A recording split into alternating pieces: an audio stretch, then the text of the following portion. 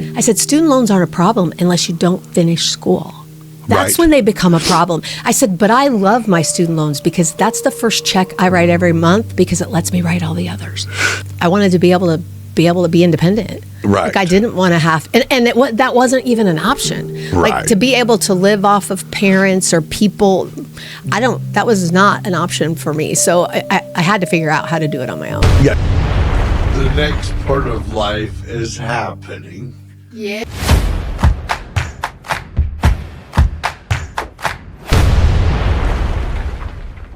All right, welcome to the Beyond Business Podcast. If you haven't yet subscribed to Beyond Business channel on YouTube and follow us on your favorite social media platforms, I urge you to do so we can keep bringing you what we do.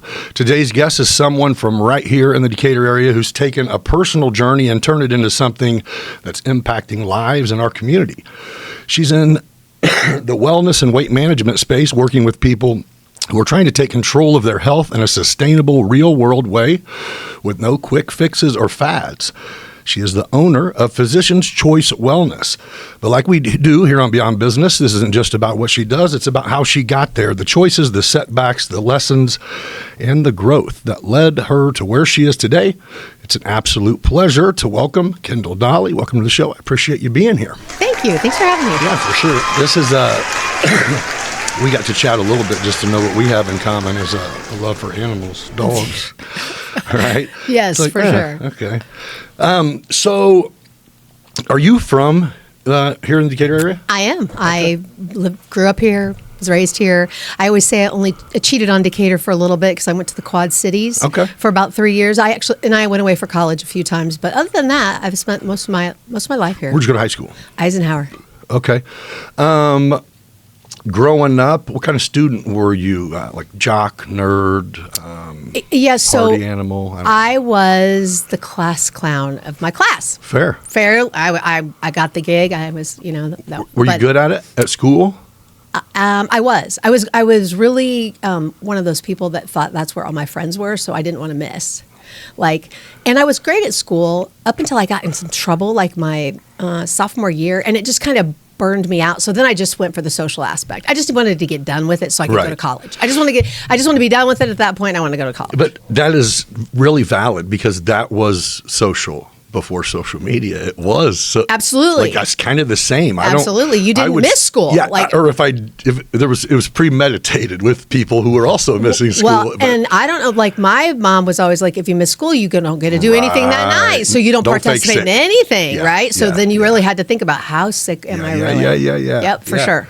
Yeah, that's what's huge. I can't imagine. I fully take advantage and ride the wave of how life is now with social media and technology. I love it. I mean, you take advantage of it. I mean, for sure. If you don't, you better learn to. For sure. Or you're really going to hate it. Yeah, I got to embrace it instead of fight it. However, I didn't mind the street light rule and bikes, and I feel like I'm like, did my parents were just cool with me getting kidnapped, or? I mean, like I was like, he's fine. Listen, I was He'll be all right. babysitting for my junior high principals when I was like 11 for their infant children. Right. Like, what planet would that happen on today, right? I mean, they were respectable people, and they were leaving their infant child because you were fully capable in their mind. You're like, I mean, it was insane, but yeah, very different time. Very different time. I got a 15-year-old who it's like I have to read how to cook a Hot Pocket to him. Yeah, it's so different. Let's do this together. Well, think about it. They don't have to know how to do anything. They have everything at their hands. They can look up. They don't have to remember anything. They can always look it up.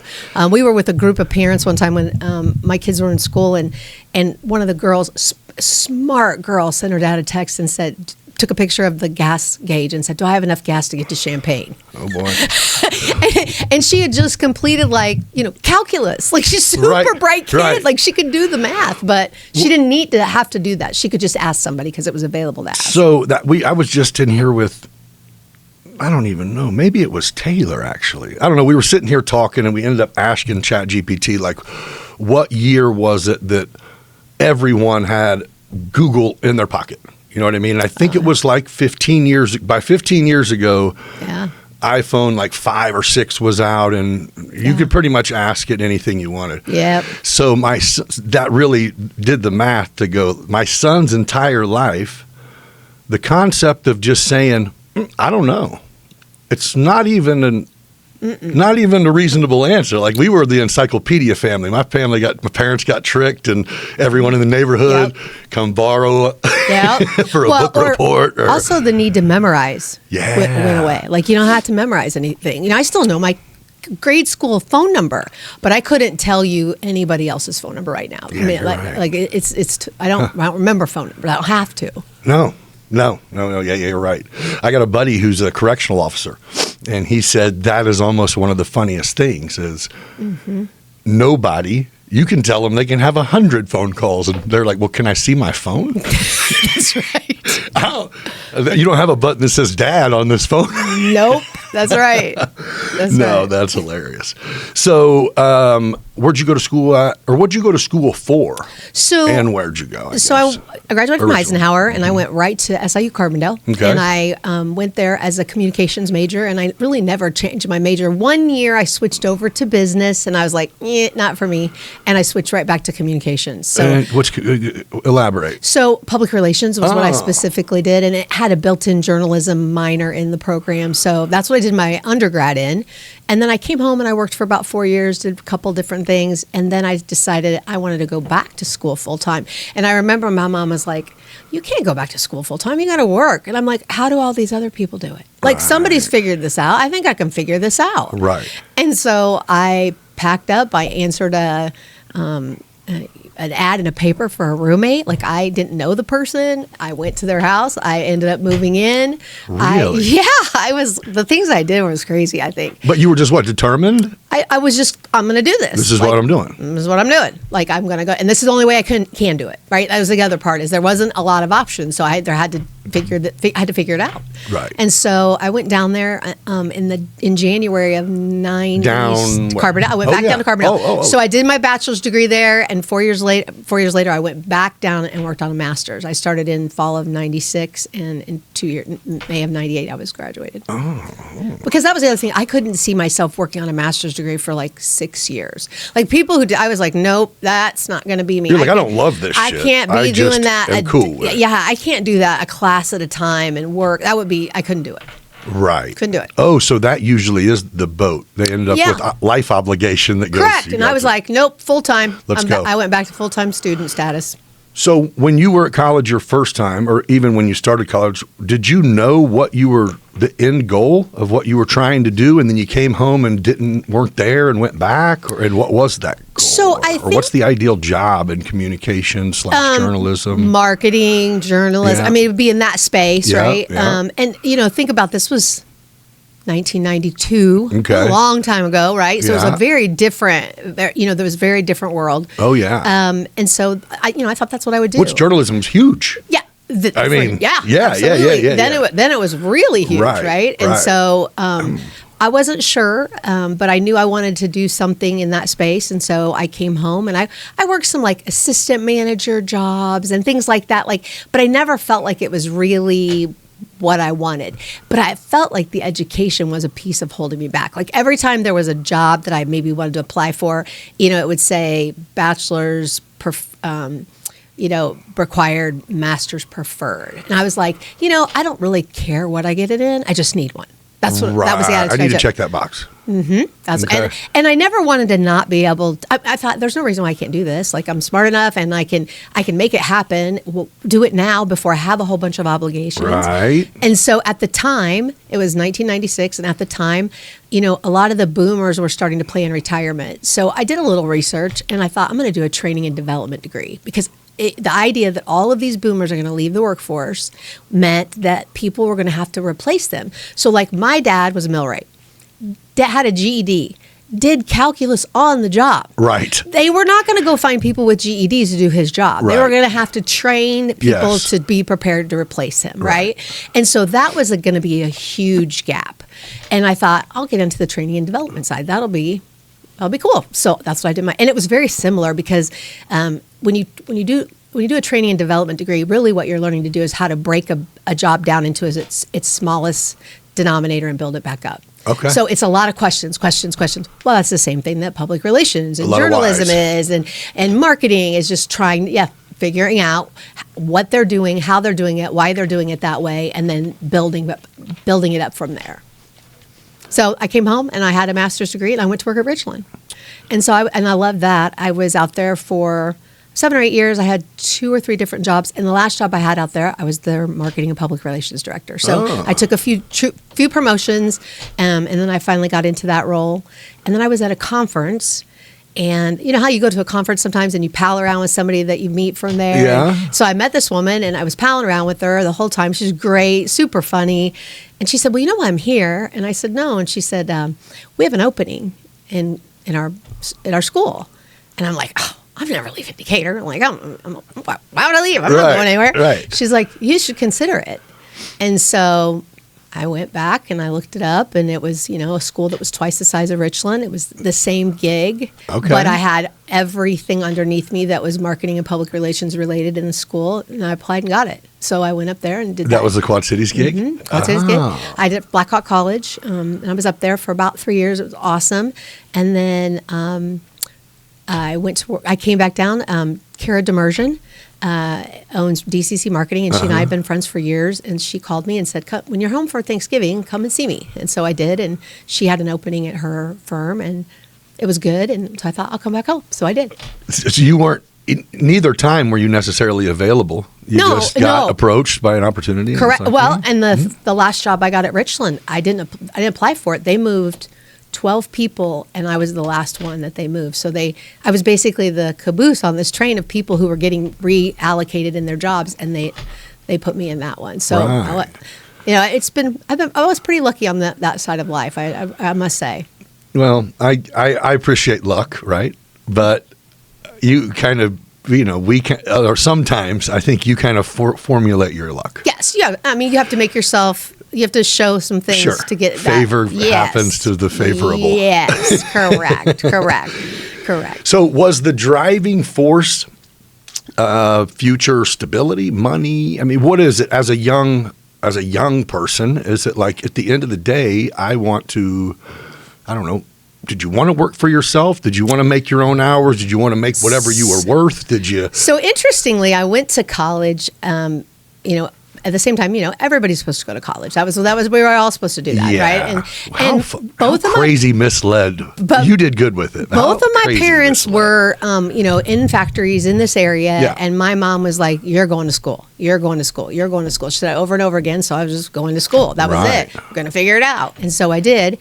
And I loved the social aspect of school, and I wanted to continue to do the social aspect of school, so I did the academic aspect of it as much, and so that's why I was successful in it. And was college fun? Oh, you had a blast. You had college. Blast. You colleged it up. I had the full experience. Yeah, It was amazing. Like that's why I was really angry with myself that I did it in 4 years. I was like, why was I so adamant You're like, I'm going back. Why was I so adamant about doing it in 4 years? And I often then joke the reason I went back for the master's degree is because I just didn't quite have it all in my system. And you got there and you go, man, you kids, I'm going to do this quick. Yeah.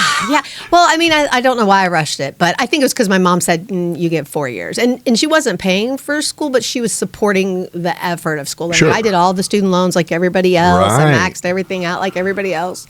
And so I'm glad that I did that. But I think my driver for college was I wanted to be able to be independent. Right. Like I didn't want to have, and that wasn't even an option. Right. Like to be able to live off of parents or people, that was not an option for me. So I had to figure out how to do it on my own. Yeah.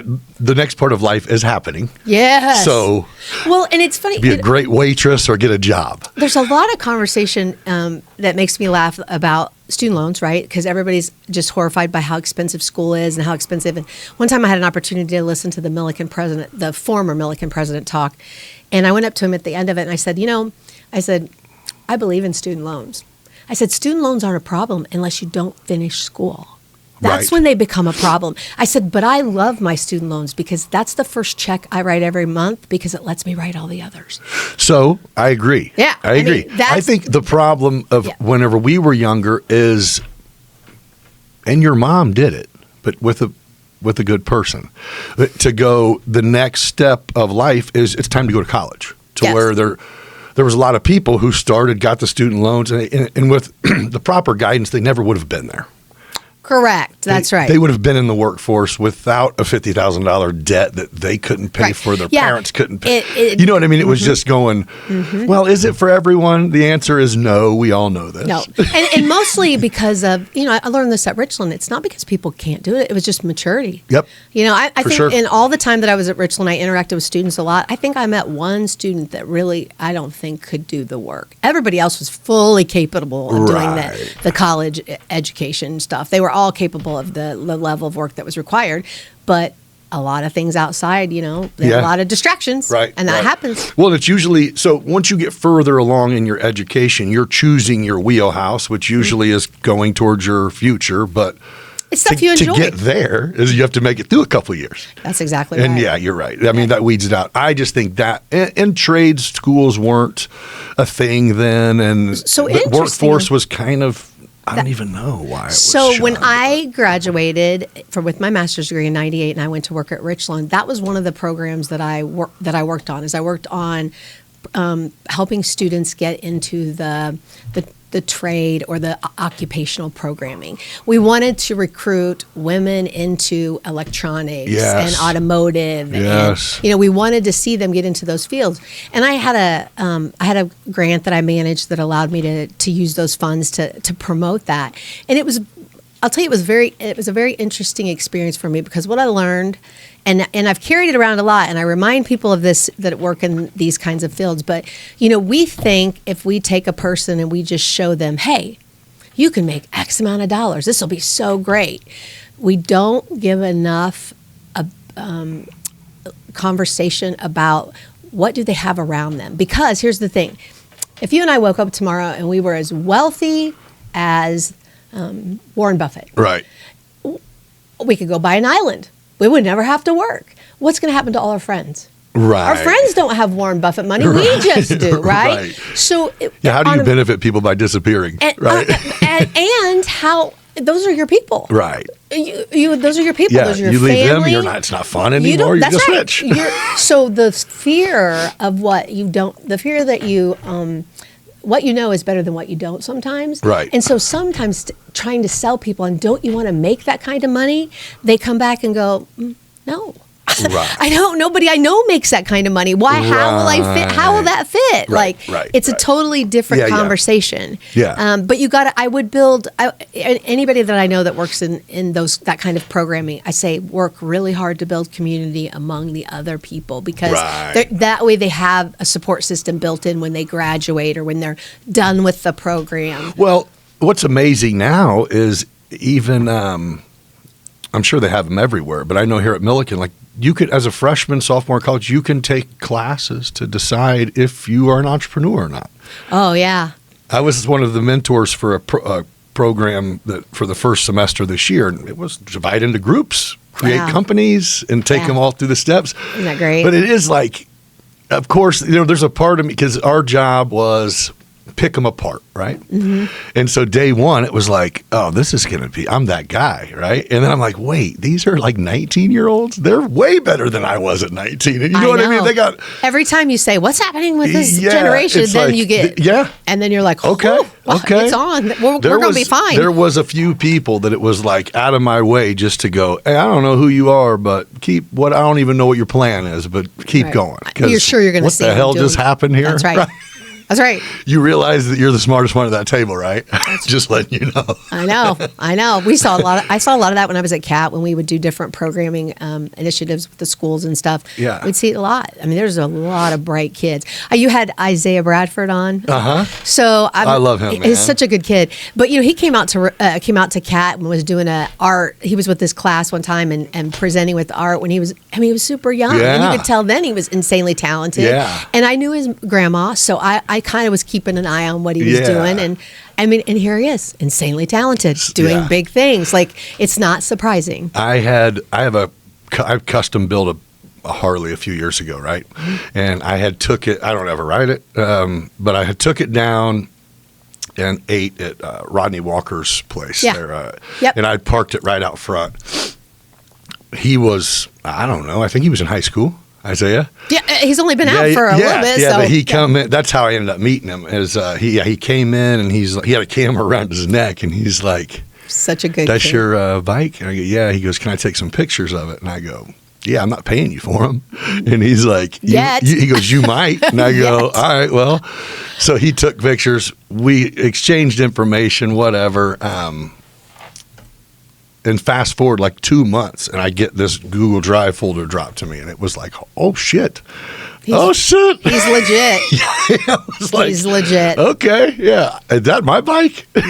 Yeah. Yeah. Yeah. He's good. But it does my heart good to see that, there's a lot of interaction with kids that I think, oh my God, how are they going to survive? Yeah. But I have a lot of interaction with kids that I go, wow. Decatur's getting kind of sketchy again. Is we just seeing it, or what's going on? You seeing what's going on, right? I am. What do you think? I don't know. It's scary. It is scary. It's scary, and I don't know the answer. I know we spend a lot of time blaming public officials, and we spend a lot of time pointing fingers and stuff like that. But there's a lot of people doing a lot of good. Right? Oh yeah. And so I was a school board member for 4 years, and oh my gosh, everybody has all the answers when you're a school board member, right? Yeah. But nobody wants to take a petition out and become a school board member. Right. Go ahead and do that, right? Yeah. But I think that if people would just spend a little time helping here, just find something they're passionate about, spend a little time in it, it'll get better. It will get better. But we've got some big issues, and we're going to continue to have some big issues when people don't have they don't have basic needs met. Right. Yeah. I mean, home is the problem. Yeah. Right. I mean, that's where everything stems. Even Yes, when absolutely. it comes to the value of another person's life. Absolutely. For you to be a young person and not have that register, I don't ever remember anyone sitting down and telling me that, but you just knew. Right. Well, And so that whole idea of that chapter or part of your world not even being there is so weird, unrelatable to people who had family support or whatever. I mean, yeah, absolutely. So, yeah. And it seems very strange right now too, because I think about you see kids, you go to any kind of athletic event now, you've got both parents there. Right. And they're probably divorced or separated. And then their new spouses are there. And then all sets of all grandparents are there. Everybody's showing up, right? In some facets, it's overkill. Yes. But then you got groups of kids over here who are literally raising themselves. Yes. And it's just the gap is becoming wider and wider. Right. Yeah. Yeah. What's normal? I think that everyone, I don't know about but everybody used to just be the same. No one was like loaded, or even if your family was good, you only have what there is. It's not like Correct. You're not rolling up in a Mercedes. You just got a nicer car than me. That's all right. That's right. Yeah. But yeah, now it's just different. Everything is different too. Yep. Which, I don't know. I mean, the public officials and law enforcement and all that, I mean, that's all after the fact stuff. That's after the bullshit happened. You know what I mean? It's like... Correct. These are people cleaning up the mess that we as the public or community are starting. So one of my... I don't envy that job at all. One of my great volunteer efforts was I ran Chubby Brown's sheriff's campaign. Okay. I was his campaign manager. Okay. And so, and he's a great guy and the best. But I got to, you get to hear and see a lot of that same kind of stuff. Yeah. Like they get the police departments get bad. I mean, they're inheriting the problems, right? They're not creating. Right. Not to say that there isn't bad. There's problematic things in everywhere. Yeah. So I'm not saying that all police are great and there's no problem. Like I'm not saying that at all. But they're not all of the problem. Right. Well, and so I was telling Shane Beck's been on here twice, and he'll probably be back again because he's on it. This is campaign time. Yep. But he said something interesting to me because I tried to give him the cop out of going, you guys are just people, right? I mean, mistakes happen, whatever. And he's kind of like, well, we make the choice to not just be like regular. We minimize our regular people fuck ups because we're representing the not fuck ups or whatever. They do it. And it's like, okay, I guess true. It's like, you can't say, I mean, there's certain things that should not ever happen, period. And, I'm like, oh, well. Yeah. I've got to know, I don't care about I've intentionally not really cared about politics that much. And I kind of see why. Well, it was really funny because I remember being at a family function. It was my ex-husband's family, and it was when I was in the middle of running Chubby's campaign, and of course they were all at each other's throats about what was happening federally. It was like, Trump was running. I mean, it was hairy time. It was an election year for real. Oh, it was terrible. Yeah. And I mean, they were literally falling out as family over it, like falling out as family. And you're like, and I was watching it, and one of them said to me, "So, what do you think? You're part of this political stuff. You're paying attention to it." I just said, I wish people were this passionate about local stuff as they are about federal things that really don't impact them at the same level. Like if people got this passionate about helping and making a difference locally, wow, I mean, we could do huge things. But instead, everybody wants to fight about and be angry about things. You don't have to get off your couch to argue about Trump. I mean, none of it. Like it's locally, it's like, well, do something. Well, I don't want to do anything. I just want to bitch about it. Yeah, that's right. Let me just turn on the national news and get angry. Yeah. That's exactly right. Yeah. And that doesn't, geez, dude, that is like, now it is a joke. I mean, whatever, but even 10 years ago to go, here's going to be your options, right? You'd go, quit it. No, we would never have imagined. Stop it. We would have never have imagined. He's over there, you're firing people. No. Like on the show. Come on, man. He is not. Yep. He is not going to name the Kennedy Center after his. The Simpsons predicted it. I mean, and that's not the only thing they predicted. Let's get real. You're right. They predicted several things. They're still writing them, too. Yes, they are. Yes, they are. So what is a typical day? Okay, first, did you work for the company that you? Nope. You just came up and was like, well, I'm buying this thing. Yep. So I did write my graduate master's paper on female-owned businesses. Okay. So I have had an interest in that, and I had an entrepreneurial interest for over half my adult life. Okay. I was always very interested in it. I used to joke and say if I was independently wealthy, I would help small businesses market. Right. And I love that. I love grassroots. I love anybody can. The most expensive thing you do in advertising and marketing takes you the least amount of time, right? The things that don't cost you much, that kind of guerrilla type of marketing, takes a lot of your time. Right. And so and it's nice to have a good balance of both of those things. But a lot of times, small businesses need the low cost, high touch opportunities because they don't necessarily always have the cash. Oh, that's the number one thing cut out. Yeah.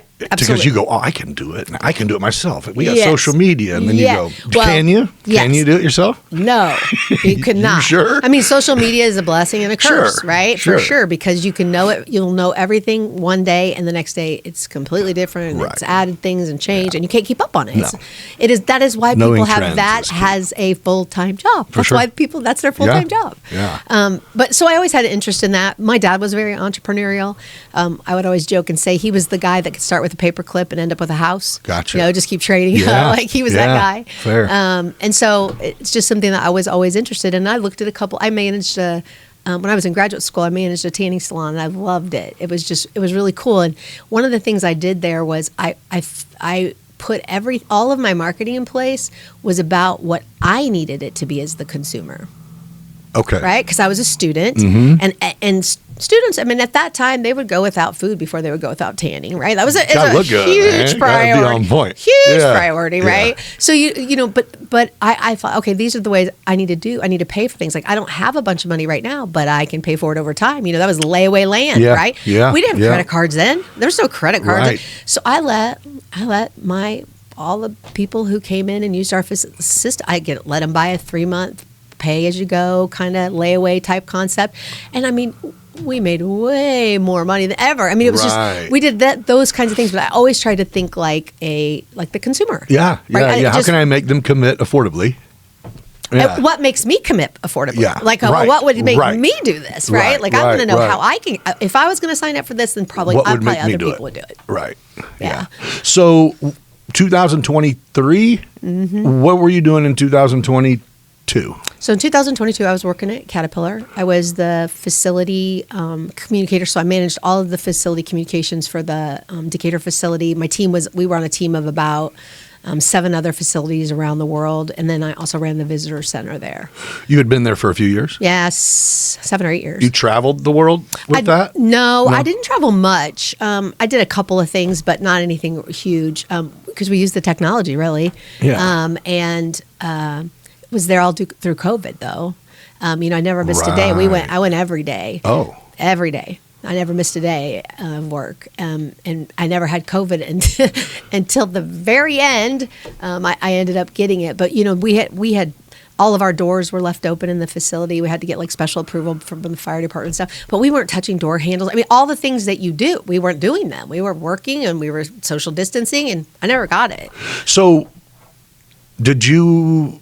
So here's what's up. Like for the first 3 months of COVID, I loved it, man. I caught up on stuff, and my phone wasn't ringing. But then, like 6 months, it's like, oh shit, my phone's not ringing. Well, so interestingly, I worked in So do you feel like you got screwed? Like you're like, wait, I need some vacation. No, actually, quite the opposite. So Okay. our full HR manager for the facility, when COVID was announced, she's like, okay, he was like, let's put together a schedule. So I'm a communication person. I go, are you going to make me work from home?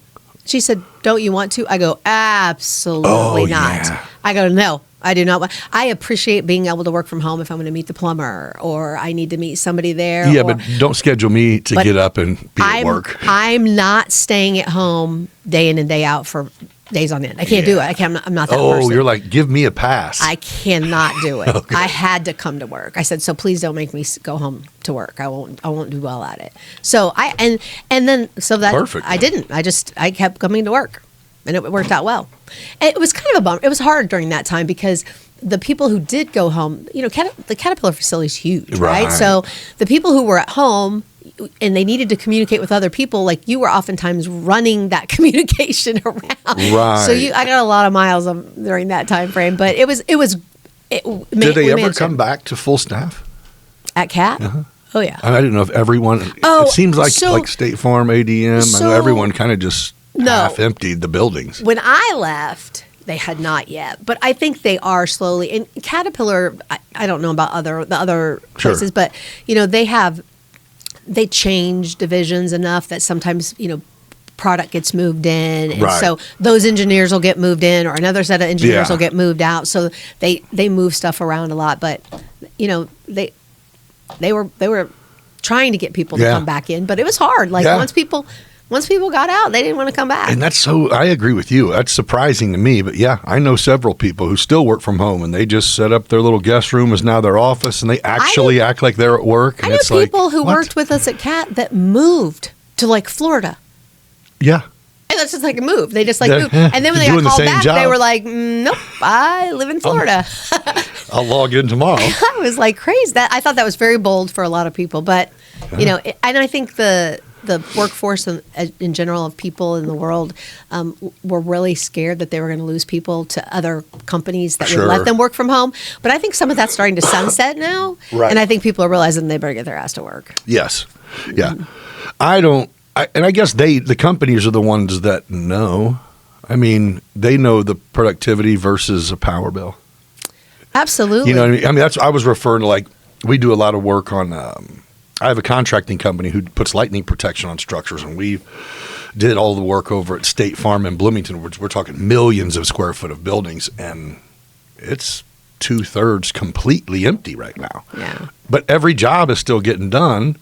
And I think that's it. It's like, maybe a little less productive, but that building is $40,000 a month for power on one of the floors. Yeah. I mean, and it's 10 floors, and there's another. Difference. It is like, oh. Yeah. But yeah, you guys can suck a little bit if you're not here making us use our lights. Real estate's expensive. For sure. Yeah. Right? And I remember when we were in the middle of that, our leadership at CAT said, we were talking about like where we were saving money. Yeah. And one of the things that they talked really openly about was that this need to go to our customer sites. Sometimes it would take 2 or 3 days to travel to a customer site and visit with a customer. Well, when COVID happened, it was acceptable to be on camera with people. That was Yeah. an acceptable customer Yeah. visit. So then all of a sudden, you didn't have the expense of traveling. Right. You didn't have the time away for traveling. So some of those kinds of things from COVID did definitely benefit. Oh, not to mention going, Definitely. oh, wait, we can meet every Tuesday, not just once a month. Yeah, Correct. just log in. Absolutely. Yeah, this can streamline everything. Yep, Yeah. for sure. So that's what I was doing at the end of 22. Yeah. And so I had been working on all of 22. I've been talking to the former owner of PCW about buying it. Mm-hmm. And we set a date, and I gave Caterpillar notice. I gave them like it was maybe a month notice.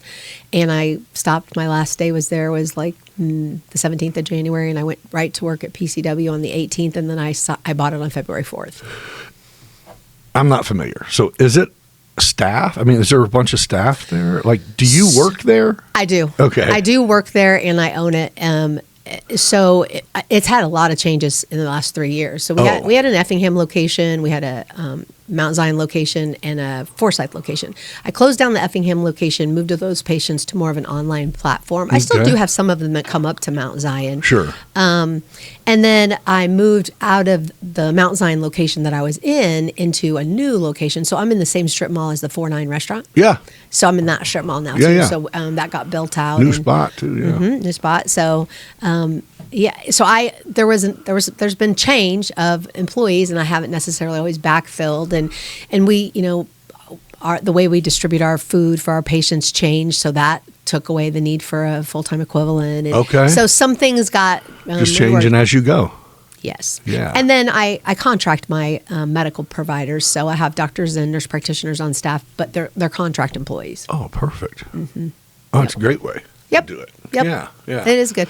Did you have this plan going in, or did you just start manipulating things to change them to, again, suit everyone a little bit better as you were there seeing it? I really thought we would be more. So a couple of things happened. I thought we would be more focused on the medical provider piece, and less focused on the. I thought we would branch out more there. I thought we would end up doing more things in the medical provider space, and we haven't. We've Like really. what? What do you mean by that? You hear about a lot of hormone replacement stuff Yeah. now. You hear about, I thought that we would try to head that direction at some Okay. level, and our niche has been better just to stay in the weight loss space. Right. We did. Still seems new. It's probably not new to you because you've been familiar since it started. So but it seems like it's fairly new. Nobody's getting healthier. Like that's like, you know what I mean? Right. That's why it's, everybody, the problem with weight loss though is people chase the shiny new thing. Mm-hmm. And that's you have to recognize that. And so one of the things I talk to our patients about is, philosophically, I do it a little different. Like, you don't get to start and stop. Yes, you get to stop. It's when you're dead. Like, Sure. You have to pay attention all the time. Right. And so trying to stop that, I call it the diet hamster wheel roller coaster of, I only pay attention January to May, and then I can't possibly pay attention May, June, July, Oh, because right. I'll miss all these parties and cookouts. And, Right. But then let me pay attention again in September and October, because it's, everything's Yeah. done and everybody's kids are back to school. And then November, December, I can't pay attention because it's a holiday. Yeah. That's the diet hamster. And I was on that hamster wheel roller coaster the bulk of my adult life. And I never. Well, it just makes you go, oh shit, these are getting a little bit too tight. Let me tighten back up. Well, All the right, thing everything is- fits good again. Oh, I don't care no more. I never took off all the weight when I wasn't paying attention as I put on. I never evened out for me. I Right. always ended up with more weight than I ever took oft and off. So I felt like I was always on a diet gaining weight. And I was Okay. like, that's a problem. So that's kind of one of the things that philosophically is different, because I'm a firm believer that all weight loss programs work. They all work. Sure. Everybody loses weight. Everybody takes off weight. Every single one of them works. And weight loss is not the problem. It's weight maintenance that's the problem. Right. That's where we all struggle, is in the weight maintenance space. So when somebody says, oh, my friend did this diet and she gained all her weight back, it doesn't work. No, it worked. You know what she was eating when she gained it back, right? Yeah. It worked. She went back to the bagel life. that, or didn't really, whatever, didn't yeah. figure out how to maintain it. Like, figuring out how to Right. maintain it is really important. And I think the other thing I do with my patients is just try to be very realistic with them about what they're willing to do, because I'm a firm believer, if you're not willing to do something, just because you see the number on the scale finally doesn't mean you're going to be willing to do something. Like I used to always think, if I would get to my goal weight, I will meal prep. Oh my gosh, I would meal prep. I would buy all the glass containers for it. Right. I would I'll take pictures of it. Guess who doesn't cook? Yeah. Oh. This girl. Like, I'm not meal prepping. You're like, how is that going to happen? That anyway? is not happening, right? So the whole idea that I kept telling myself that. You're lying. And I'm not going to get there. I was blocking myself because I thought, holy shit, What if I see this, how in the hell am I going to stay there? I got to learn how to cook. How am I going to stay? I don't even, it's like, I know how I don't like it. Yeah, it's not happening. I don't like it. It's not fun for me. Yeah. So that's a reality. And I always ask our patients to really, I call it, take inventory of your own special crazy and figure your workaround. Sure. Because it doesn't mean that everybody who is a healthy weight for their height and their age isn't doing all the things. Hey everybody, I want to take a quick second to let you know that the Beyond Business Studio swag store is officially open. Click the link in the description or scan this QR code to get your apparel game on point and rep Beyond Business. We got hats, hoodies, t-shirts, tank tops, and everything else.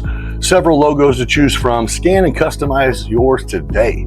I also want to shout out the partners who help make Beyond Business possible. First up is Dubby Energy Drink. If you're grinding, creating, training, or just need clean energy without the crash, Dubby is my go-to. No sugar, no spikes, no nonsense, just focus, endurance, and clarity. Head over to dubby.gg and use code BeyondBiz at checkout to get 10% off your order. That's BeyondBiz. Support the show and fuel the hustle at the same time. Oakwood Screen Printing. These gals are the real deal when it comes to custom apparel. Direct to film, silk screening, embroidering, heat transferring, you name it, they do it. And they don't just put it on clothing, they put it on anything. Whether you're in need of a small custom run or a massive order, Oakwood Screen Printing handles it all. Fast, professional, and top tier quality. If you've got a brand, a business, a team, or an idea, they'll bring it to life. Check them out at oakwoodscreenprinting.com. And finally, Midwest Lightning Rods, protecting homes, businesses, and critical infrastructures from lightning strikes across the Midwest. This isn't just another contractor. This is decades of experience, code-compliant systems, and real protection where it matters most. When lightning strikes, preparation makes the difference. Learn about how you can become part of the community that's been protected by MLR at lightningstrikes-weprotect.com. As always, when you support these companies, you're supporting Beyond Business. If you haven't done it yet, I urge you to hit that subscribe button right below this post and follow the Beyond Business page on all your social media platforms that you follow. Now, let's dive back into it. They're not. Right. They're figuring out what works for them. Sure. And I always used to tell people, because my highest weight, I was 318 pounds. Wow. Yeah, I know, impressive, right? So I said when I was really, So I would say when I was shit. presented with a brownie at 318 pounds, what do you think I did? You smashed that brownie, dude. If I was asleep you and woke more? up, I was like, well, let me see how fast I can eat this brownie. Watch your hands, right? But so now, what do you think I do when I'm presented with a brownie? If somebody said, "Here's a brownie," what do you think I do? Well, just you're probably good, or take it for later, or don't take it, or whatever. So, do you take it out of courtesy, or do you not take it? So I figure out how, if I really want it, I figure out how it fits. Like I might in my mind go, like get you a corner of it. Yeah, I might in my mind go, I'm going to have a big supper, so I'm just going to have to wait on this. Or, I worked out a little bit extra this morning. You're saying I can still there's have things it. that work. I can still have this brownie. I'm not depriving myself of this brownie. I just see how it fits in my day. And it might take me a couple of days to eat it. Right. Because people who maintain weight loss play chess with food. That's what they do. For sure. They're good at that. And they don't deprive themselves of anything, because I promise if I tell you cannot have something, you are going to have it twice, right? That's a surefire way of making people that they are not going to be successful in that space. So that's important those are some real things to recognize about the space of weight loss, because you got to set yourself up for the most likelihood of success. And if you go into it thinking, I can't have this and I can't have that, and I'm going to have to do this.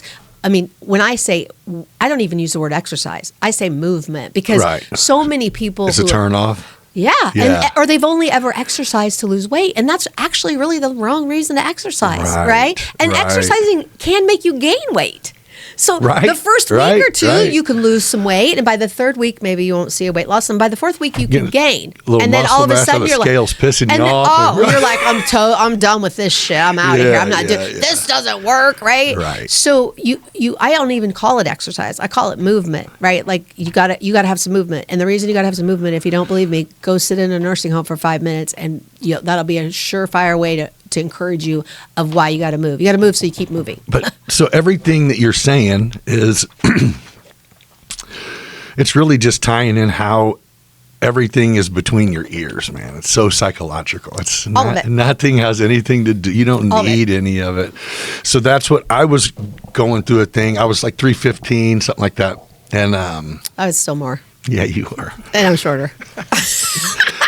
And I did I had a therapist, and yeah, he's like, because I'm like a self-torturing person, like I'll do, well, this was just right up my alley. It was one of them where I was familiar with the carnivore diet, and it was like, this is hard to do, nobody does it, and I'm like, perfect, I'm starting right now.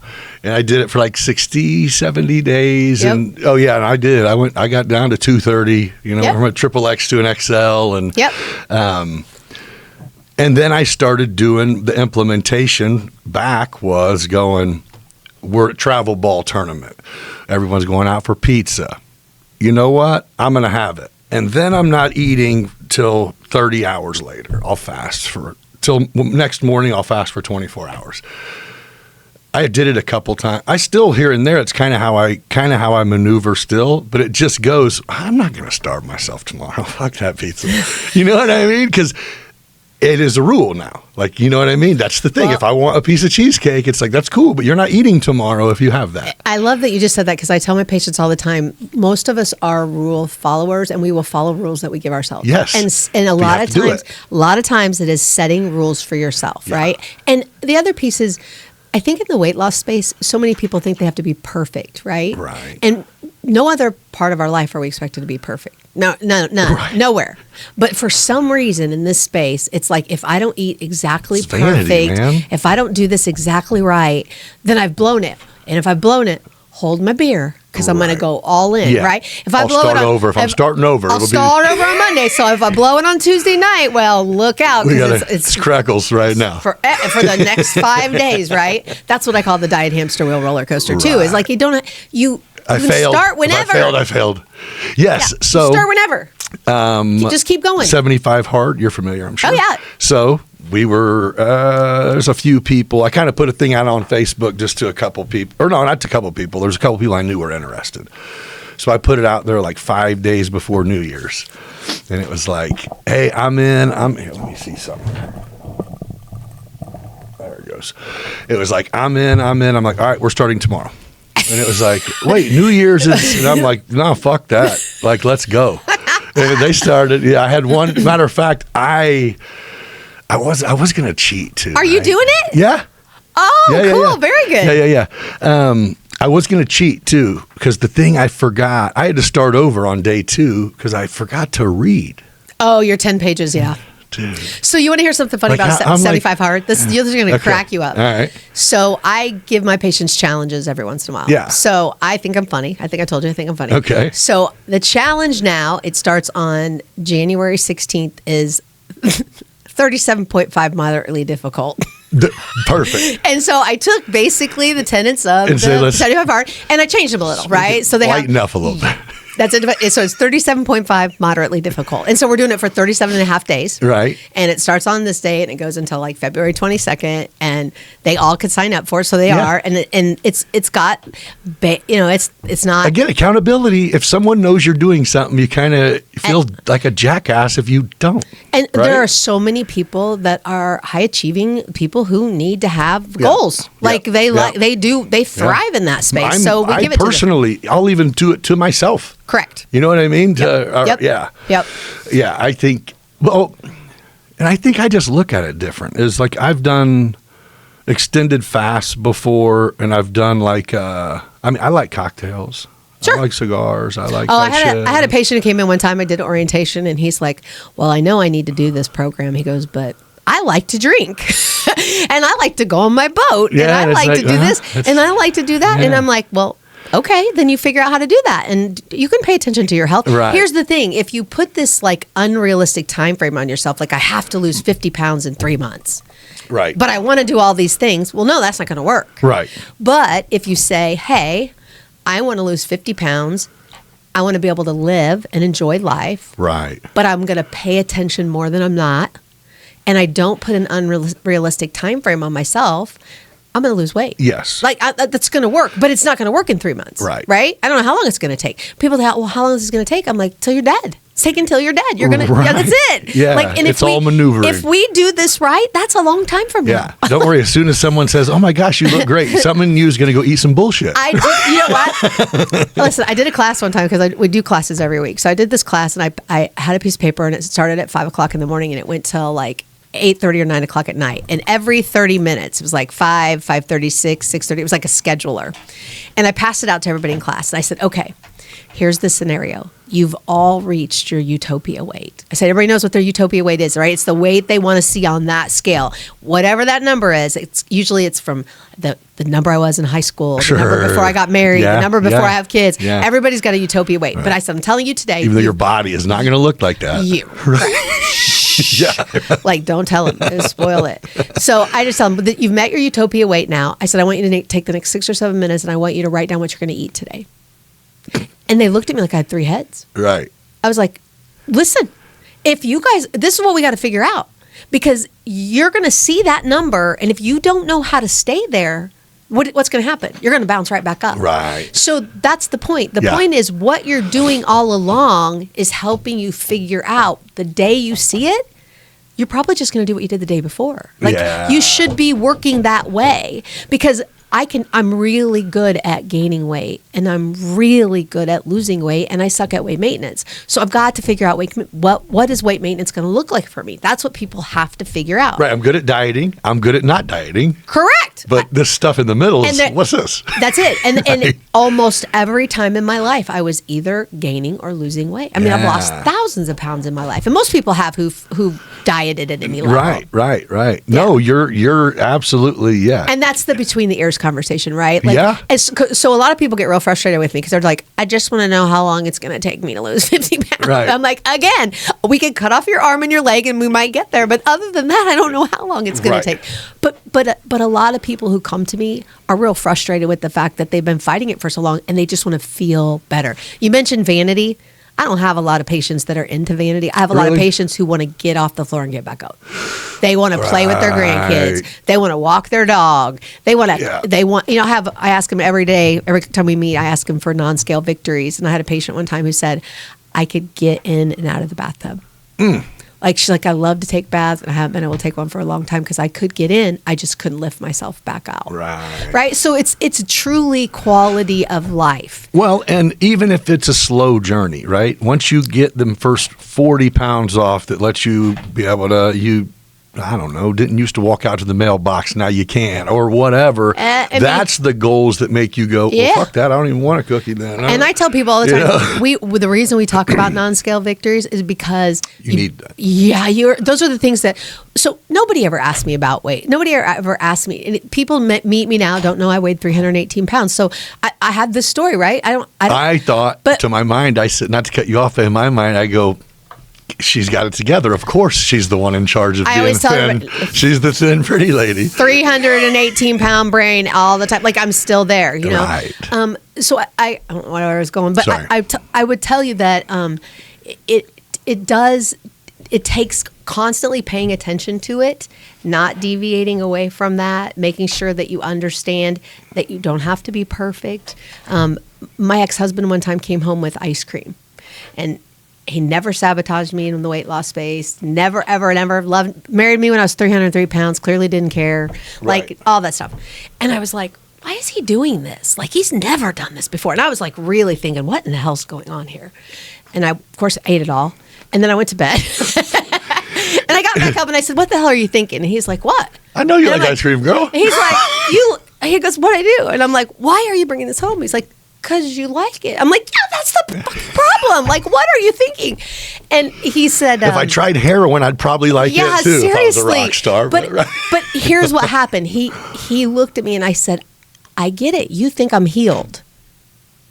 And he's like, well, yeah, you don't have a problem. Oh, no. Oh, no. I still have a problem. Still 318 pounds right here, right? So you have to, those non-scale victories and remembering why you're doing it and why it's important and, and keeping in communication with the people around you about where you're at mentally with it. Those are all huge parts of what we talk about because that can derail somebody really, really fast. But you say vanity is kind of out the window, but maybe I think for my patients. So my patients are really trying. They're not. I have some occasionally that'll go, I'm getting married or going on vacation. Well, I don't even mean that. I just mean, well, maybe kind of that, but also, like one of the, I'm trying to think of an example. I don't know. I went to the gym a lot but you would see people that, like if someone says, man, I can tell you've been back in the gym, or man, look at you. What'd you lose some, like that? Even if you're not looking for it, that's like one of them. Like, and right. Huh. And so the reason the non-scale victories are important is because that eventually stops. Then all of a sudden, next time they see you, you look like you did. Or last you meet time. people who never saw you or knew you before then. Yeah. Right. So that's why non-scale victories are so important, right? Because then you gotta really figure out why. I mean, the non-scale victories people come in with are hilarious. I had a patient say one day that she didn't realize there was so much room in the bathroom on an airplane. Like she's like taking up a lot of that space. She's like, I had no idea. She's like, I couldn't go in it. Like she was, I went in. I traveled this week, and I went in it, and it was like, oh my god, there's space. Look what's in here. I can be in here. I can turn around. And seen that little door and was like, nope, absolutely nope. Right. So what is your? I mean, do you see patients every day, all day? Is that your so deal? when they come in, so when they want to, I did this. I'm going to back up here. I did this class called the seven psychological aspects of weight loss. Okay. And so I research and I come up with our class topics. I ask our patients what they want to hear about. This. Yep. Okay. And so I actually, AI, sure. I'm getting information from everywhere. So this came to be this, of the 7 psychological aspects of weight loss. The first 3 were all about thinking about doing it. Sure. It was like contemplation, pre-contemplation. It wasn't even like you weren't even like eating anything yet. You weren't taking a walk. You weren't doing it. You were just thinking about it, right? That's crazy. So that makes you know, again, between your ears, right? Yeah. So by the time a person comes to me and says, "Hey, I'm interested in your program," they've gone through some of that. Like they're usually ready, right? They're usually ready to start. So I put them through an orientation and tell them what we're all about. I spend a lot of time talking about that psychological part because I would love it if you lose weight fast. If you lose weight fast, I'm going to talk to you about how are you going to maintain it? Like you got to figure this out. It's great that you're losing it fast, but how's this going to stay off long term? This is what we're going to work on. Right.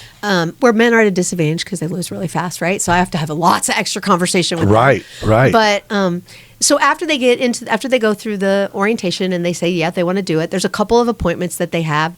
Ultimately, they meet with one of our providers, so a doctor and a nurse practitioner. We draw blood on them. We do an EKG, and then they start the program, and then their requirement is that they have a 1-hour a week commitment to us. And that 1 hour a week is through our class and clinics. They have to come in, weigh in, sit through a class, or if they have a doctor's appointment that week, that satisfies their 1 hour a week. But they have a 1 hour a week commitment. That's it. So throughout a month, I mean, 4 times, you're getting some education pumped into your brain about what's going on. Yeah. It's definitely, they're getting some education. They're getting tools. Like I say, these are all tools in our toolbox. And I think people should use every tool in their toolbox. There's nothing off limits. There is no cheating in the weight loss space. No, I agree. You use it. It's that important, right? Right? If it works for you, pull it out, use it. If it doesn't work for you, don't discard it. I mean, forever. It might work for you again. Yeah. Put it back in your toolbox and keep rolling. Figure it out. I got a friend of mine who he might even actually go to, I don't know who he goes to, but he was really, really big guy, over 400 pounds and not 6 foot. And, he dropped like 85 pounds, and I've seen him, and I'm like, look at you, man. Yeah. What's going on? He goes, he's one of them, like, I would never take any of that stuff. It's probably going to kill you. So look, he goes, I went to the doctor, and they said, and I told him that, and he goes, yeah. Hey, man, I mean, I don't know, but I do know what your weight will do. Listen, I said the same thing when people say that all the time. Maybe today. I say, listen, I don't know about any of this other stuff, but I know obesity kills. Yes, absolutely. 100%. And if it doesn't kill you, it makes you wish you were dead sometimes. Yeah. So 100%. I think he was like a heart attack in, or still overweight. And it's And like, I always say the reason I got my act together is because I felt like I was dodging all those health bullets. I hadn't been hit by them yet. you're like, let me not But I was keep going egging to. it on. Right. I was going to. It was a foregone conclusion. It was going to happen. So, Yeah. I mean, that's a lot of reason why people come to us is because they've had a conversation with their doctor that didn't go good. And so they gotta get their act together. People hate taking medicine too, right? And so the doctor says you need to be on this medication, you need to be on this medication, or you need to lose weight. And so they go, I'm going to try to lose weight because they don't want to take medicine, Right. right? Yeah, and I think it's just, I mean, understandably so. I mean, there's a lot, I'm familiar with medicines. I've had family.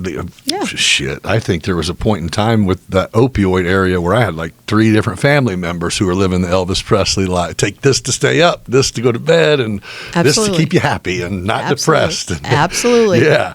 Absolutely. But, so everything kind of gets thrown in together. But again, it's going, hey. And when I bought this business in February of 23, GLP-1s and the shots were really on the starting to be talked about. Sure. And so that was that's been a wave for the last 2 or 3 years. It's huge, right? Huge, Yeah. right? And the reason was because there was a shortage and that got to go onto the compounded list. So when it was compounded, it meant that compounding pharmacies could make it, and they are much cheaper than FDA approved. And so as soon as they came off, which was just in May of this year, so they've been on for a long time, now they can't be compounded anymore. Now that went away.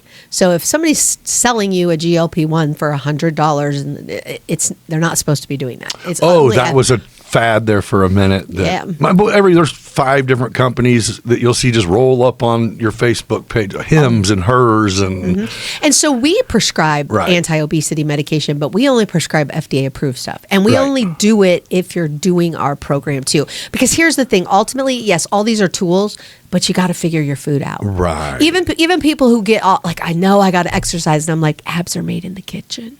Food is gonna take care of 70% of your excess weight. Figuring your food out is going to take care of 70% of your excess weight. So that's where the energy and effort needs to be put. And again, it's so psychological because there is a shit ton of tasty, healthy food.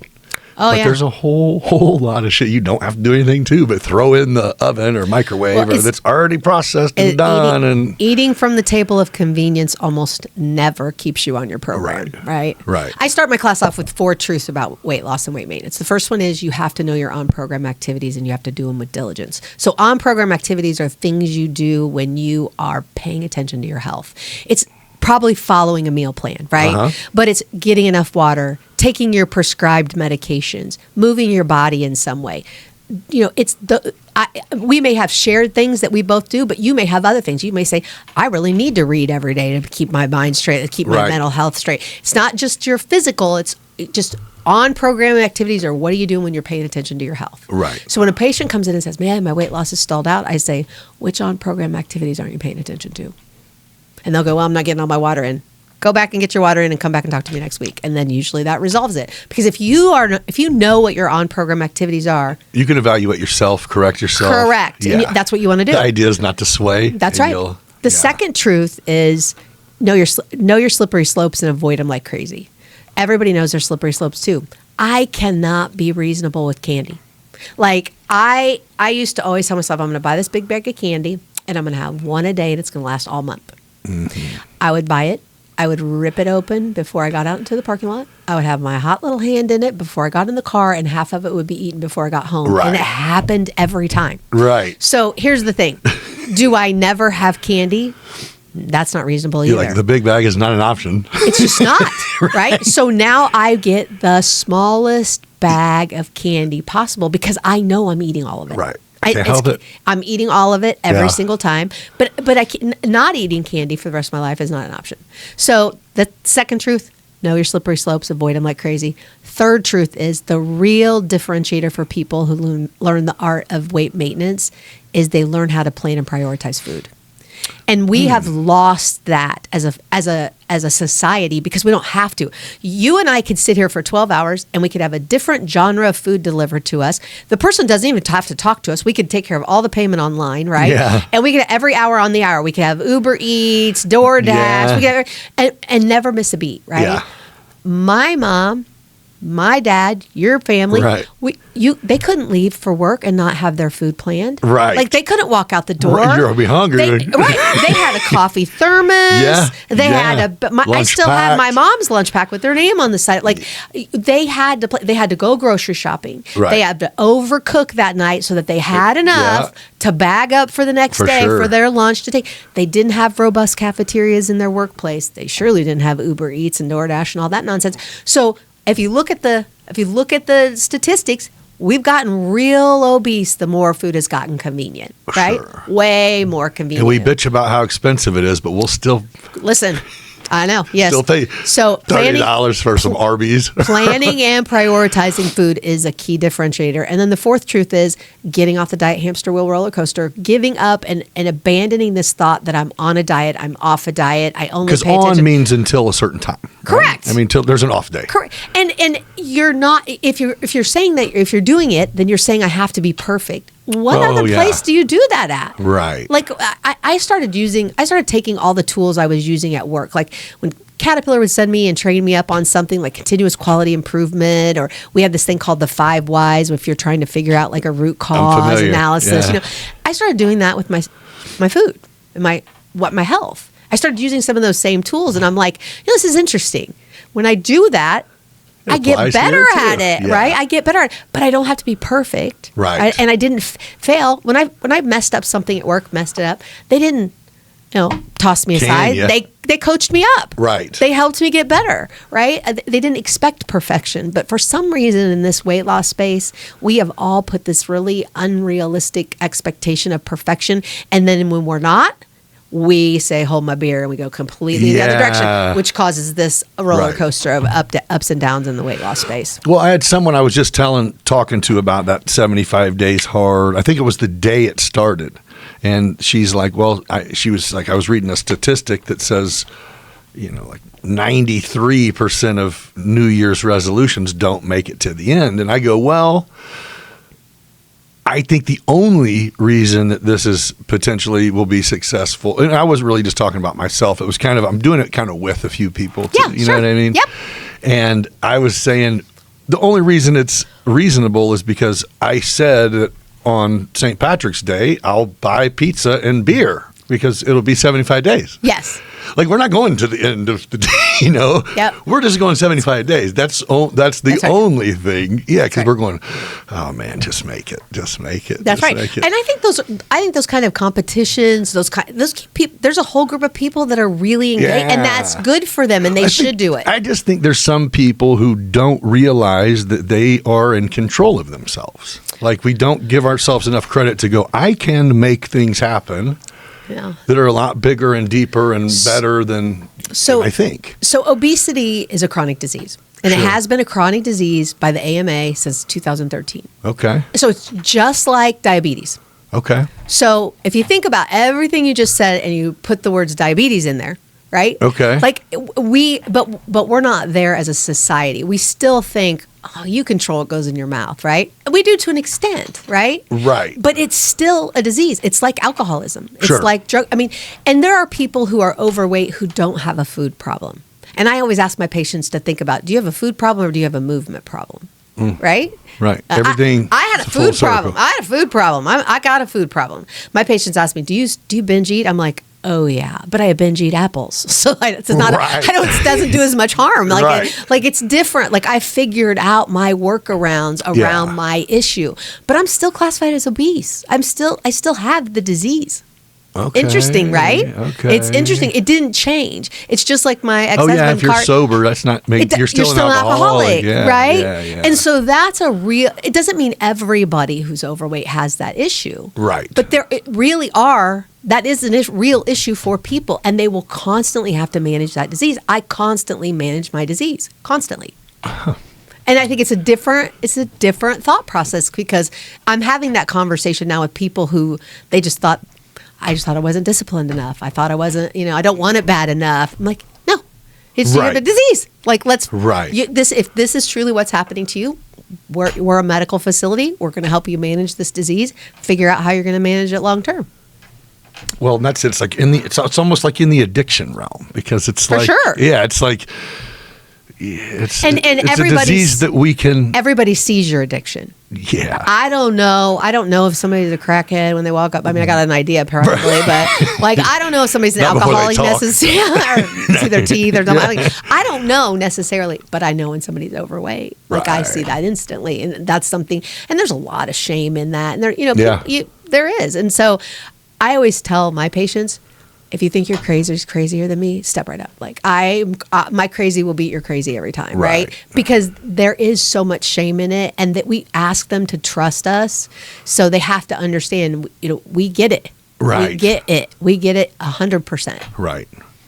So, was there anything that was like going from being employee to having your own company, was there any big hiccup or scare, or was there anything that was just like, what the fuck am I doing? Or was there like, all the time? Every day, all the really? time, right? Every day, all the time. Yeah. I mean, I probably did this later in life than I should have. Okay. Right? Like, tomorrow's my birthday, I'm gonna be 56. Oh, okay. So, like, it probably would have been better if I'd have done this in my early 40s. Why? Right. Because I feel like I would have had a bit more energy and a bit more ignorance. Ignorance in knowing that I couldn't be, like, why there's 25-year-old millionaires, because they don't know they're not supposed to be millionaires, right? They don't give a shit. They don't know. They just do the things. So being a little bit older and thinking, sometimes I have to stop myself, because I will go, no, that's not going to work. And I'm like, it might work. Pay attention. I don't need that wisdom to kick in right now. Correct. That's exactly right. That's exactly right. And so I have to be really careful about that. I do that. And my sister's really great to share information with, and she's a good resource. Taylor's a great resource for me. I reach out to my circle and get advice and things like that when I need it, and that's been helpful to me. But I see that kind of a little bit now in hindsight, is that maybe I should have. It's good too. Like, it's good to have. Yeah. Sometimes it's fun to take chances, but. And my life really was good different. to know when you shouldn't. So my life was very different too, right? When I decided to do this, I was married and I had a spouse, and we were. When you started the company, or when you bought the company? Right before I did, we were married, and then we weren't. And so then now I'm by myself. So like the whole. So a whole life shift happened. Whole life shift happened, and so everything changed. So I think that other piece of that is like what I thought was good. I had this vision. Yep. And it was not the same. No. Period. Nothing. No. None of it. None of it. Yeah. Not one thing was the same. Nope. But a lot of good things came out of it too, right? There's been a ton of good things that have come out of it. So a lot of things I didn't think were going to happen have happened. So I'm glad about that. I don't have any regret. I don't have too much regret. Right. Well, and we'll see how it ends. You own a business. There's nonstop. Hiccups are just. Yeah. If it's going smooth, you need to do something. Two of my employees said to me one time, you really need to look at like doing feng shuiing your house or something. Go do something. She's like, feng shui your house. I said, it's like a big game of whack-a-mole. That's all I can say. Like, that's it. Yeah. It's a big game of whack-a-mole all the time.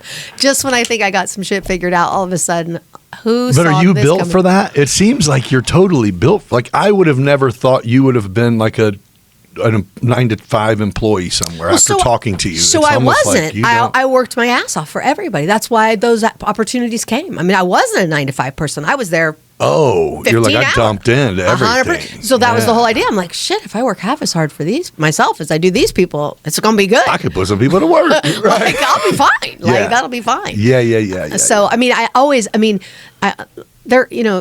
your security questions on different things. What's your hobbies? Mine's working. That's my security question hobby. I got to change it now, but it's working. I can relate way more. I mean, than you think. People talk about retirement. I'm like, I what would I do in retirement? I would work. Right. So why don't I just keep doing what I like doing? And I really, this I've always liked all my jobs, I have to say. There's not very many jobs I haven't liked. And if I didn't like them, I made a change. So I've liked most everything I've done. But this job is just different because you really are changing people's lives. Well, and this is your lifestyle in, like, I guess that's what has thrown me off is I didn't know. I thought you just saw a good opportunity, and this is not going to sound right, but a bunch of fat people, and we had a way for him to lose weight now, and it was so like, it's interesting because that's one of the things. So, kind of as a side note, when I was at Richland, I would work with the occupational teachers, and so all of those occupational teachers were they weren't teachers. They were people who were good in their profession who became teachers. So it was the ace automotive mechanic but he didn't know how to teach. Right. He was the best mechanic. Yes. It was the electrician who didn't know how to teach, but he was totally different So skill. we had to work with them to teach them how to be teachers, right? Ooh, teach them how to be interesting. teachers. Probably not easy for you. Correct. I mean, it's not. It's Teaching is different. It's different, right? Everybody doesn't know how to do it because they're good at their skill set, right? Yeah. And so, in the same way, that's how I've tackled this: is understanding that I've won a little bit in the weight loss space, but that's not what's going to ultimately make me good at my job. What's going to make me good at my job is helping these people win in their weight loss space, right? Yeah. Is figuring out how to teach them how to do it. But it's huge to go, I am living, regardless of what you see when you look at me, I am living your battle. Worse than you are. My third slide on my orientation is a credibility slide, and it's before and after pictures, and I say, that's me. There you go. All the pictures up there are me. I've lived this. I know what I'm talking about. And I'm not the guy who went to school to build the house. I'm the guy that's been building houses for 30 years. Right. Like, that's the difference. And people will ask me a bunch of stuff about nutrition, and I'm like, I was absent in medical school the day they talked about this, but like I'm not, that's not my field. Right. I can tell you what I know, and I can guide you to the resources that are appropriate. Yeah. But a lot of what I'm talking about is between the ears. So how long ago, were you overweight like your whole life? Whole life. I did not make the decision until I was 46. Okay. So it's 10 years. I've been 10 years at this weight. But ish. I've kind of jumped between, I have a range. Good for you, man. But it's funny because there was never a reason to deal with it. Like, I had friends, I got married, like I had everything I wanted. Like, I wasn't living a life I didn't like. I had everything that I wanted. Were you conscious of it? I was. Or you're like, yeah, I was always conscious of it. But it was just like, it was just me. That was me. Yep. It was just I'm me. big boned. Nope. I was not. I am not big boned. Nope. You're like, my bones did not shrink. Nope. I am not big boned. But again, it wasn't until I was 45 years old, 46 years old, and I was like, I was laying down one day and I remember thinking, there's so much I needed to get done today that I didn't get done because I physically couldn't do it. Right? And it was funny because everybody would say to me after I lost weight, don't you have so much more energy? And I'm like, weren't you paying attention? I'm hyper. Like, I was running circles around people anyway. Right. So, but I really was getting to that point where I was like, okay, I'm on. You're like physically. I'm on borrowed time. Something's going to happen, and I just need to take care of this. My dad was diabetic, but he always managed it through his food. And one day he said to me that he had neuropathy, and I was like, why do you have neuropathy? You don't take any medicine. He's like, but I still have diabetes. I still have the disease. Right. But I'm like, he was perfect weight. Checked his blood sugars all the time. But he didn't take any medicine because he managed it all through food. He did everything he was supposed to do. Impressive. And but I was like, oh wait, you can do everything you're supposed to do and still get the disease? So what happens if you don't do everything? Well, those are the people who are in wheelchairs and having real problems and losing legs and stuff. That's exactly right. So that was a big aha for me. I was like, oh yeah, no, I don't want that. Well, even I mean, hats off to you for acknowledging it. A lot of people just go, I'm just going to bitch about what happens from here. Yeah. I mean, to take control of your life, and I'm sure now your quality of life is 100 times. It is, but I mean, I talk to my patients about this a lot. I mean, it changes relationships. When you change the way you live from a health perspective, you take an alcoholic who stops drinking, you take a drug addict who stops doing drugs, the people that they're around, changes. It's over. Well, food's not a lot different. Right. Like, I mean, I call them food, food friends. You Yeah. could people that I had people that I only saw across from a table for a decade. Yep. Like we just went out to Go eat. Go out to eat. We have food friends, right? Yeah. It's the same concept. All the chips in queso we can until our food gets here. 14 time, right? Like now I'm like, don't bring that over here or it's not good. Right. There's just things you have to decide that you want to participate in life and still participate in community, but you gotta be conscious. I went one time to Diamond's restaurant. Uh-huh.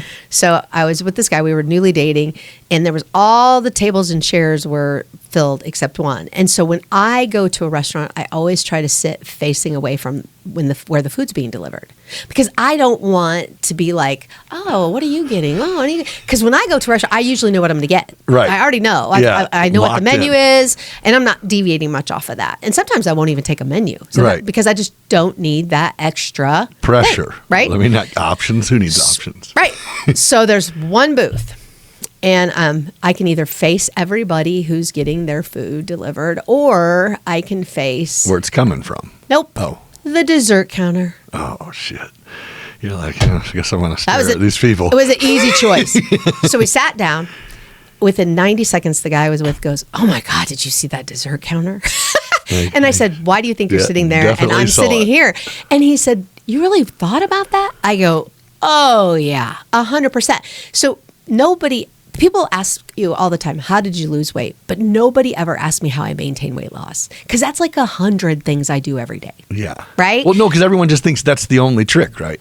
That's right. Oh, They think- you're saying that's where your whole business comes in, is that's going. it. 100%. You got to can learn lose. those 100. You can lose now easier than ever. But then Losing what? is easy, right? And most people are chasing the new shiny thing. I try to pull them back from that Yeah. but losing is easy. It's figuring out what are those 100 things you're going to do every day to maintain it, and that's what people have to do. It's awesome. So do you guys still, are you new customers all the time? Is Yep, it all come the time. on with it? Yep, we do that all the time. So people can go on our website, gopcw.com, and sign up for an orientation. We get a hold of them within a day or so. We've got some really convenient orientation times, and if they don't work, we make it happen whatever time they need. And that's just a 30-minute conversation. We kind of go through what the program is. We have a few different meal options for them. Everybody has questions. I always encourage people to bring their spouses or their significant others or people that they share space with in life, because it's good for those people to know what they're getting ready to do. And I see the most success when people do have that support system. And then if they say from that orientation, "Yep, I'm ready to go," then we sign them up and we get them into the 2 appointments that they have to get approved, because we were medically monitored, and that's Sure. an important part of it. We do have an option that is not medically monitored, but you have to be somebody who isn't taking any medications that would have to be adjusted from weight loss. Right. So there's a lot of medications that people take, and as they lose weight, and our program, you do lose weight fast. That is a benefit of it. Sure. Those medications have to be adjusted. So if you weren't taking any medications and you just came in and you said, "I want to lose some weight," we have another program that you can do. So there's a few Get program coached a little options. bit. Yeah. And then once you're in the program, then you come every week, and then from there we really encourage people to figure out what their new norm is going to look like. That's what we talk about all the time. Okay.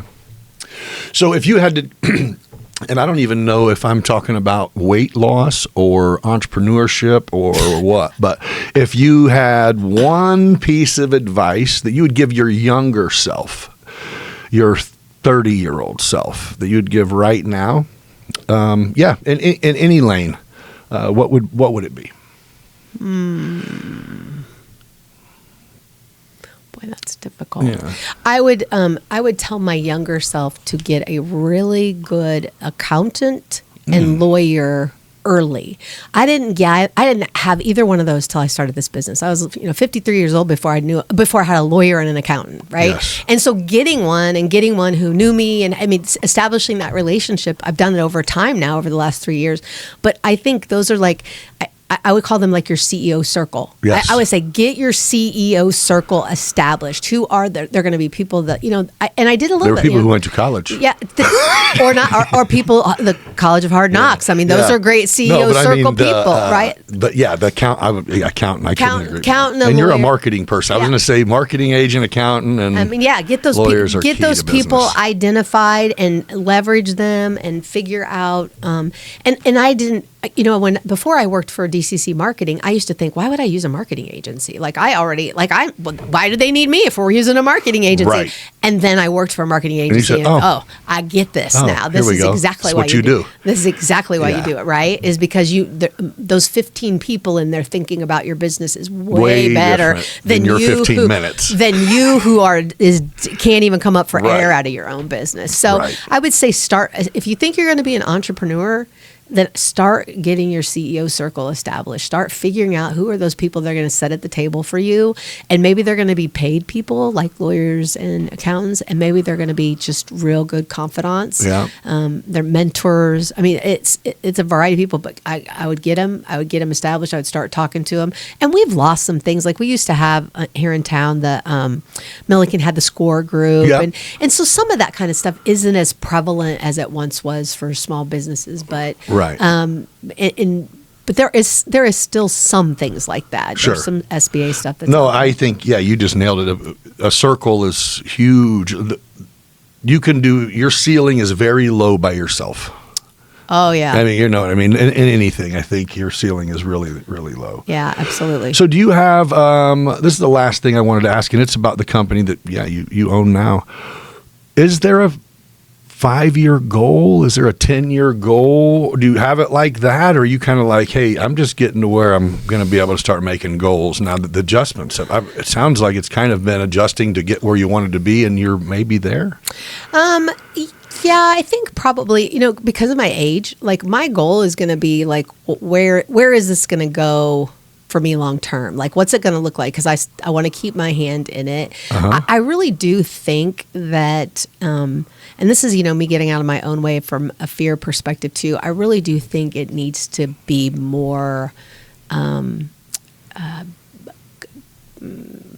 internet driven. Like I think we have a good message to talk to people about, and I think it could resonate with people everywhere. Right. And so figuring out how to capture that. Our meal plan is great. It is awesome. It works every time. People lose weight all the time. That's a done deal. That's as perfect as it gets.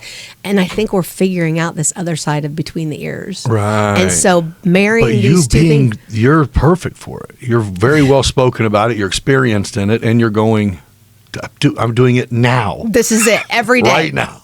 As we're sitting here, it's happening, Yeah. right? Every day. Yeah, absolutely. So I think that's going to be the goal. But it's getting the balls to do some of that stuff, Yeah. right? It does. I mean, you set yourself up. You watch how people get annihilated on the internet. Yes. It's so ugly, Yes. and it's like, oh man, my life is kind of But that's quiet. what you have to get, right? Yeah. You have to get Yeah. annihilated to Yeah. get. Then it's like, that means it's working. That's right. Yeah, That's yeah, right. yeah. So I think that's where I'm headed. I feel like I joke with my patients all the time about the 4 truths. I'm like, I'm copywriting them. Don't be telling your Right, friends I'm copywriting them. right, I right. feel like those are solid. Like every time I talk about them, I'm like, that's right. That's it. Those are the 4 Right. things. It's not more complicated than that. So yeah, that's where I think. That's where I think. Yeah, you got something. You're really interesting. This is really cool. Man, entrepreneur in her 50s that just started being an entrepreneur. Birthday's tomorrow. And you're killing it. Birthday's tomorrow. Birthday's tomorrow. Really? Yeah. Well, happy birthday. So I was thinking about doing 75 hard, but I didn't want to start it until after my birthday. Why? right? What you doing? I don't know. I don't have any You're plans. like, but it's gonna have but whiskey and cake. But I might have plans. Like, so just in case I do, I Right. want to make sure I didn't put anything in the way. Yeah. But I always tell our patients, you can do anything you want if you plan it. Like, so if you want to have alcohol or a drink, plan it. Right. Execute your plan, because here's what happens. If you execute your plan, guess what happens the next day? You just keep going. But if you don't plan it and then you participate in it, then you feel like, oh shit, I just blew it. let me just wait till Monday and I'll get back on it. Right. And then it's not the holidays that are a problem. It's the next day. I will say, that's what I didn't like about me not cheating and kind of saying, hey, I didn't read, I'm going to start over. Is I'm like, well, I can just keep fucking moving and go 80 days. I mean, you know what I mean? It was just a literal reset going, well, but that's but you're a rule follower first. Yeah, to where it was like, it just made me go, I think before I went to bed, I even like inventoried and go, okay. I woke up the next day, opened the book, and I go, yeah, that's not, damn it. Yep. That's my hard part is I'm busy. My mind is busy. My time, yeah, I can get it. Working out is no problem, but working out twice makes me have to rearrange some stuff. You know what I mean? Yep. Or it makes me go take the dog for a walk at 5 in the fucking morning when it's freezing shitty. And I'm in. Let's go. That's what I'm doing. Yep, absolutely. Right? Tell him. He's like, yeah. Sweet boy. He's like, I'll just get drug around this neighborhood. He's like, he's waiting for you to get a cart for him. For sure. Yeah. Well, I really appreciate you coming. It was an absolute pleasure to chat with you. Thanks You're awesome. for having me. It was got great. something really cool going. I just love to meet interesting people, and yeah, you're one of them. Well, send anybody my way who needs a little bit of help in the health What's space. that website one more time? GoPCW.com. Okay, we'll put it up whenever we do it. Yep. All right. Well, thank you guys for joining us on another episode of the Beyond Business Podcast. We'll catch you again next week. Until then, be kind to each other. See ya. All right.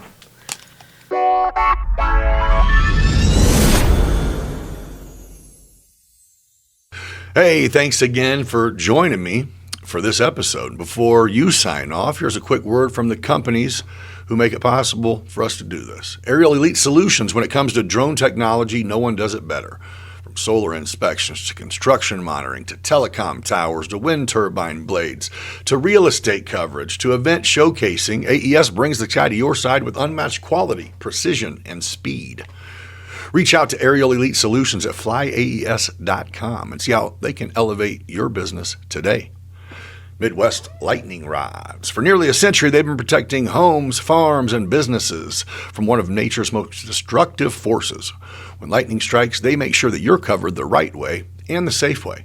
Contact MLR today at lightningstrikes-weprotect.com to see how you can become part of the community protected by MLR. Support local, trust the best. Aerial Elite Solutions, Midwest Lightning Rods. Excellence from the ground to the sky. Thank you again. And we'll catch you in 5 days. Until then, be kind to each other.